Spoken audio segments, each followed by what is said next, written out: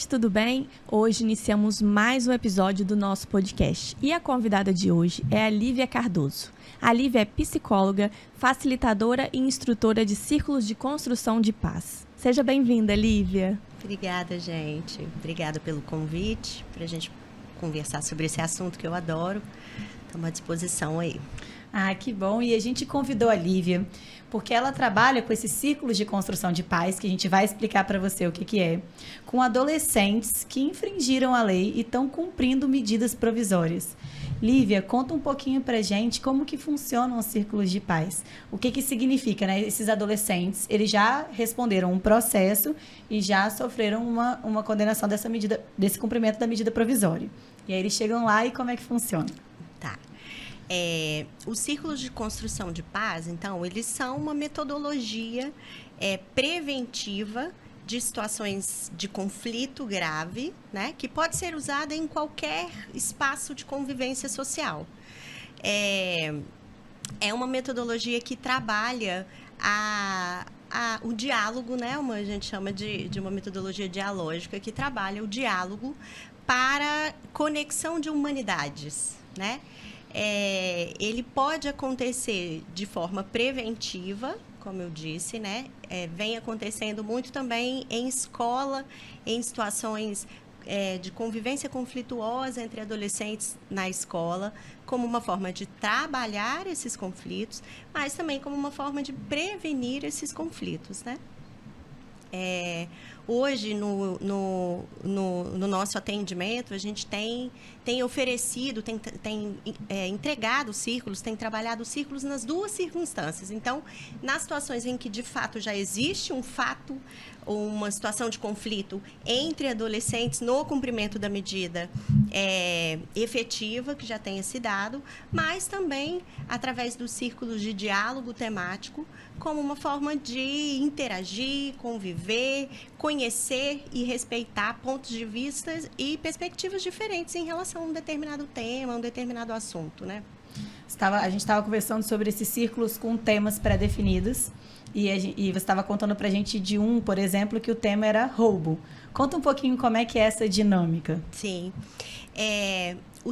A metodologia do círculo, ela tem dois principais elementos, né? Como a gente estava conversando.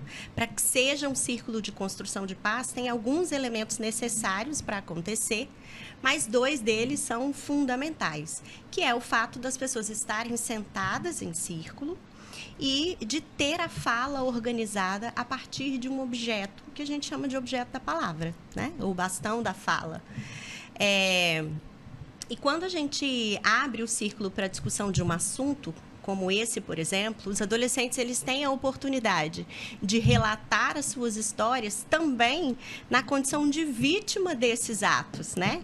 Apesar de estarem cumprindo medida socioeducativa por autoria de algum ato infracional, por ter cometido, essa oportunidade de perceber do ponto de vista de quem viveu, de quem sofreu algo, que naquele momento ele está respondendo judicialmente, dá uma outra dimensão, dá um outro ponto de vista para o adolescente, das consequências do que ele fez, né? Então, o fato de ouvir e falar de forma organizada sobre um determinado tema permite que o adolescente reflita e entenda os efeitos daquilo que ele faz sobre a vida de pessoas muito próximas a ele, inclusive outros adolescentes que estão ali em cumprimento de medida com ele também.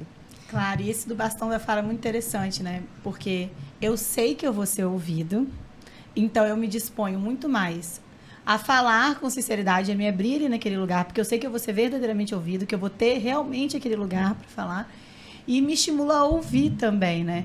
E você estava falando do círculo. Normalmente, uma sala de uma audiência, do que quer que seja, tem sempre aquele lugar de poder muito grande para o magistrado, então ele está sentado em cima, promotor, né? E aquele adolescente, ele tá, e outras pessoas também estão sentadas embaixo. Logo, só essa postura de submissão, ela já me gera toda uma mudança de comportamento. Claro. o espaço, a estrutura física, ela fala muito das relações de poder, das relações de saber e de hierarquia, né, que se estabelecem nos lugares. Em alguns espaços, uma sala de aula, por exemplo, também, quando ela está organizada daquele modo tradicional, quem chega na porta sabe quem é o detentor do saber e do poder naquele espaço. Numa roda, num círculo em que as pessoas estão sentadas umas ao lado da outra, essa relação se dissolve, né? Assim, o círculo, ele permite, o formato circular, ele permite que o poder da palavra, o poder de falar, de expressar a minha opinião e de ser ouvido, ele se dilua entre todos, e isso é muito poderoso, e isso por si só é muito poderoso, né? Lembrando que no círculo, e inclusive no uso do objeto, do objeto da palavra, ele é um convite a você se expressar. Você não é obrigado a se expressar e a dizer porque o objeto da palavra chegou na sua mão. Ele é um convite. Você tem a oportunidade de falar o que você pensa. E de ser escutado, né? E de ser escutado. Você falou muito do bastão da escuta, né? Sim, eu costumo brincar que o bastão da fala também, para mim, ele faz mais sentido como o bastão da escuta, né? Porque quem tem facilidade, sempre tem. Adolescente sempre tem aquele que tem facilidade, que tem um perfil de liderança quando encontra com os outros, né? Que fala mais, que se expressa mais. Quem tem essa facilidade, talvez não precise do objeto da palavra. Mas como o espaço do círculo, ele é um espaço que deve dar as mesmas oportunidades a todos que estão ali, o bastão permite que aquele adolescente mais tímido, mais constrangido, que não se sente tão bem em falar em público, em falar com outras pessoas, não precise ficar pedindo espaço para falar. O espaço é dado, o espaço de diálogo é dado para ele naturalmente quando o objeto circula, né? O espaço para dizer e para ser ouvido. Sim. Em contrapartida, né? E a gente estava com... Pode falar. Não, eu ia perguntar sobre a família desse adolescente. Como que é incluída a família nessa questão dos círculos de paz? Sim. Os círculos, eles podem acontecer com qualquer integrante da comunidade socioeducativa, que a gente chama. Então, todo mundo que faz parte da comunidade socioeducativa é convidado a participar do círculo. É claro que, dependendo do tema, o círculo faz mais sentido para o adolescente, ou faz mais sentido para a família, faz mais sentido, né, para um ou outro integrante da comunidade socioeducativa, como a gente chama. Mas existem círculos temáticos que são voltados, né, que podem ser planejados e construídos exatamente para que as famílias discutam, conversem, tenham a oportunidade de dizer sobre o impacto do cumprimento da medida na vida delas, né? Existem famílias que tratam, é muito comum, inclusive, tratam do cumprimento da medida de forma muito sigilosa, porque não quer que ninguém saiba. Então, ter a oportunidade de conversar com uma outra mãe que vive a mesma circunstância, que sofre a mesma dor, de ter um filho em cumprimento de medida, aproxima as mulheres, aproxima as histórias, né? Me faz sentir igual, semelhante, apesar de cada um ter a sua própria história, a sua singularidade. Sim. Eu acho muito importante a gente estar trazendo esse tema aqui, porque acho que deu para perceber que a gente precisa procurar alternativas para o que está acontecendo. Lotar o sistema carcerário ou os sistemas de cumprimento de pena de adolescentes não está dando certo, né? Os crimes continuam acontecendo, pelo contrário, está aumentando cada vez mais. Então, a gente tem que repensar a forma como esse direito penal extremamente punitivo e não ressocializador está funcionando, né? Como a gente pode reintegrar o adolescente na sociedade. E fazer com que essa pessoa realmente entenda que aquele ato, ele não é cabível dentro daquela sociedade, porque ele gera danos a outras pessoas, que é você chegar num círculo e ao invés de você só apontar o dedo, você roubou, é falar, alguém perto de você já foi roubado? Você já foi roubado? Como você se sentiu? Isso é tão mais forte, porque traz... Aí sim, a pessoa traz muito mais para ela, né? Sim, sim. Os círculos, o círculo de construção de paz, né? Essa metodologia, ela vem um pouco nessa pegada aí de repensar a justiça de uma forma geral, né? Eles podem acontecer na execução da medida, mas também existem metodologias específicas para o processo judicial, enquanto ainda acontece. E é um pouco nessa lógica mesmo, da responsabilização consciente, reflexiva do adolescente, né? Nesse sentido.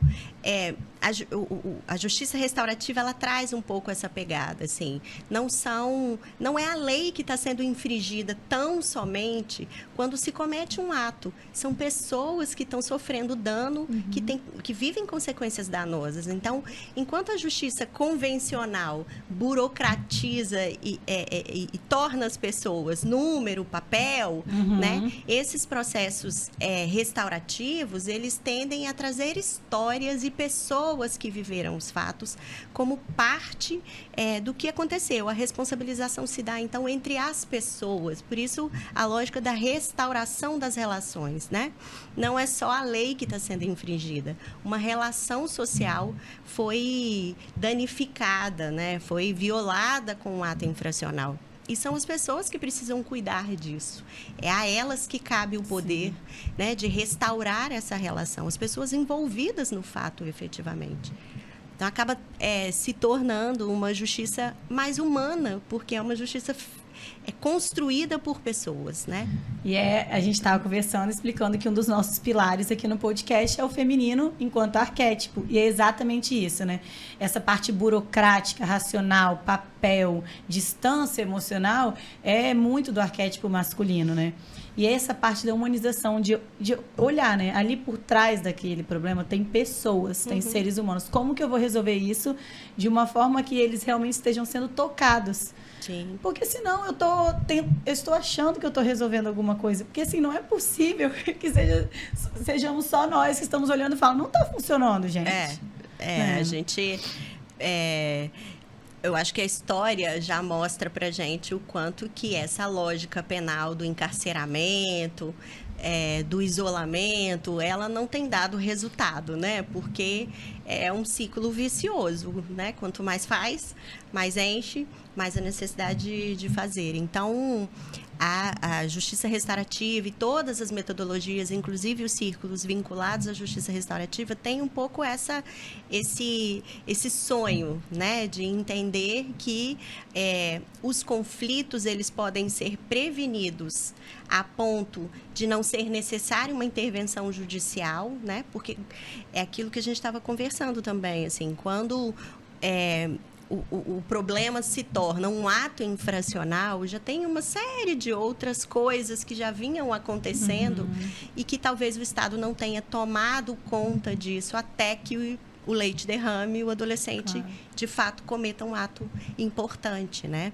Então, esses projetos, por exemplo, que incluem os círculos de construção de paz nas escolas, na comunidade, eles são muito importantes para a prevenção de fato grave, para a restauração dessas relações lá quando o processo inicia, quando ainda a coisa está fácil de contornar, fácil de cuidar, né? Sim. Uma das críticas que eu vejo algumas pessoas fazendo à justiça restaurativa é como se fosse uma obrigatoriedade para a vítima, uma retraumatização. E eu gostaria que você explicasse como isso funciona. Então, é o que a gente fala, no círculo, tudo se trata de um convite, tudo acontece na forma de convite, né? Esse é um dos princípios da justiça restaurativa, inclusive, a voluntariedade. Participar de um círculo nos processos formais da justiça, a vítima ela é convidada. Se isso fizer sentido para ela é convidada a participar de um processo restaurativo. Então, existe nesses formatos mais vinculados à justiça, existe uma metodologia um pouco diferenciada, onde acontecem os pré-círculos. São esses encontros anteriores ao encontro efetivo vítima e ofensor, onde a vítima é preparada, se assim ela aceitar, ela é preparada, dialogado com ela que temas ela gostaria de expor, o que ela não está preparada para conversar, se tem alguma coisa que ela não gostaria que fosse dito. Enfim, então tem todo um processo de preparação da vítima, se assim ela aceitar participar, antes desse espaço de propriamente encontro da vítima e do ofensor, né? É um pilar importante, Lívia, dessa reintegração do adolescente infrator, que a gente até comentou antes, a comunidade está presente, né? Então, assim, se você puder contar um pouco para a gente como funciona essa questão da comunidade estar participando nesses círculos ou nessa questão de ter um adolescente infrator que mora ali e todo mundo conhece, sabe o que aconteceu e como reagir no retorno dele ou como auxiliar os familiares a lidar com isso que eles estão passando nesse momento. Esse é um dos princípios também da justiça, um dos elementos que constituem a justiça restaurativa. Quando a gente fala de justiça restaurativa, a gente traz à cena 3 personagens, pelo menos. O autor, a vítima e as suas comunidades, né? Entendendo que o fato... ele traz dano a todos esses 3 elementos, né? Então, o autor, ele tem dano do fato que ele comete, a vítima tem dano que precisa ser cuidado e as comunidades de cada um também precisam serem cuidadas, né? Também precisa ser olhado os danos causados, né? Hoje a gente tem esse projeto com os egressos no processo de preparação para a saída de realização dos círculos de reintegração, em que elementos da comunidade, dos serviços existentes na comunidade são convidados, né, a participar desses encontros de reintegração como uma forma de comprometimento do adolescente com os equipamentos da sua comunidade, mas também com uma forma de comprometimento do adolescente em retornar à convivência social naquela comunidade. E, em contrapartida, a própria comunidade também, né, se colocar como esse agente, primeiro, esse agente que reconhece o fato, reconhece o dano causado à comunidade pelo fato, mas que a partir disso se torna disponível também a acolher novamente o adolescente e sua família, se assim for possível, né? Lógico, a gente sabe que tem alguns fatos que são muito graves na comunidade, que a convivência fica arriscada e que nem sempre é possível. Sim. Mas em alguns fatos, em alguns casos, sim, esse retorno pacífico ele é possível e a metodologia do círculo apoia nessa construção, né? Nessa restauração dessa relação da família e do adolescente com a comunidade de origem. A gente estava conversando, eu e a Lívia, a gente se conheceu num curso de comunicação não violenta, dado pelo Dominic Barter, que inclusive participou de todo esse movimento de início da justiça restaurativa aqui no Brasil. E uma coisa que ele falou que foi muito interessante lá foi como a gente acha que a distância, ela previne o conflito. E, na verdade, ela é uma das grandes causadoras do conflito. Ele dá um exemplo entre 2 pessoas e uma grita com a outra. E essa pessoa fala, não, eu vou me afastar de você. E dá um passo para trás. E a outra grita ainda mais alto. E ela dá outro passo para trás. E chega um momento de invisibilidade tão grande para essa pessoa que precisa ser escutada que o único caminho que ela encontra é uma violência física. Né? Não há uma justificativa aqui para violência física, mas se a gente for ver toda uma parcela da população que vive invisível e vulnerável nas suas necessidades mais básicas, a gente começa a entender um pouco mais de onde vem essa explosão de violência. Essa violência que eles entendem muitas vezes que é justificada. Eu trabalhei no sistema criminal e quando eu era ainda estagiária, eu lembro de um caso que foi muito emblemático aqui. E o autor do fato, ele só conseguia repetir assim que... mas o Playboy, eu queria bermuda igual do Playboy, ele tinha cometido um ato gravíssimo, ele tinha causado a morte de outra pessoa. Mas na cabeça dele havia uma justificativa, ele queria ser visto, ele queria fazer parte, ele queria ter as mesmas coisas. É uma discussão muito ampla, não pretendo fazê-la caber aqui. A ideia é levantar mesmo essa discussão e a gente olhar um pouquinho além... Sim. De onde dói só no meu calo, né? E tem uma questão que eu acho interessante, assim, nessa discussão da justiça, do que é fazer justiça ou não, especialmente nesses casos que envolvem adolescente, né? Assim, que é a diferença entre a necessidade de justiça e de vingança social, né? São duas coisas bem diferentes. A justiça restaurativa, ela fala que a noção de justiça, se um fato se a consequência de um fato foi justo ou não, só cabe aos participantes disso, né? Às pessoas envolvidas. O que para mim é justo como resolução desse fato pode não ser para você. Então, para as pessoas envolvidas é que essa situação precisa ser discutida. Assim, o que para você é justo como como consequência possível para o fato, né? Assim, eu já ouvi de vítimas de adolescentes, assim, eu não quero que nada de ruim aconteça com ele, eu queria que ele aprendesse. Eu só queria que ele aprendesse que essa não é a melhor forma. Então, também, assim, eu acho que a gente precisa ouvir outras versões, sabe? Nem todo mundo que foi vítima de um fato grave cometido por um adolescente, de fato, deseja a morte, deseja o fim, deseja a vingança. Chamada de justiça por alguns, né? Deseja que ele não repita aquele ato, né? Que ele não repita, que ele entenda o que ele causou, aprenda, né? Que ele aprenda, que ele possa sair uma pessoa melhor dali, né? Que tem desejos positivos em relação, assim, ele pode até ser um exemplo para os colegas, né, para a própria família, exato.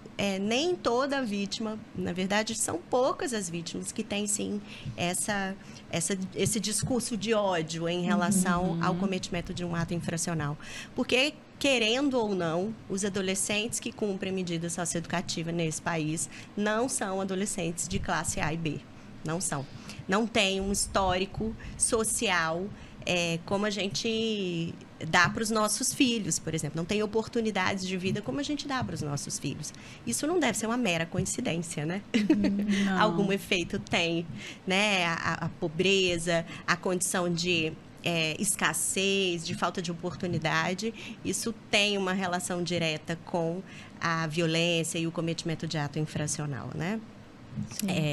Reconhecer isso, eu acho que já é um primeiro passo para a gente mudar um pouco esse discurso travestido de justiça, né, como discurso de vingança. Claro, que aí eu sigo isolando e sigo invisibilizando mesmo, e não tá dando certo. Eu fiquei até emocionada com o que você falou agora, porque isso mexe muito comigo. Eu acho que a gente realmente tem que seguir levantando esses questionamentos. E eu acho que você vai além de levantar questionamentos e tá fazendo diferente, tá fazendo diferença, levando esse círculo de paz, levando um novo olhar para esses adolescentes e novas possibilidades para eles, para as comunidades, para as vítimas.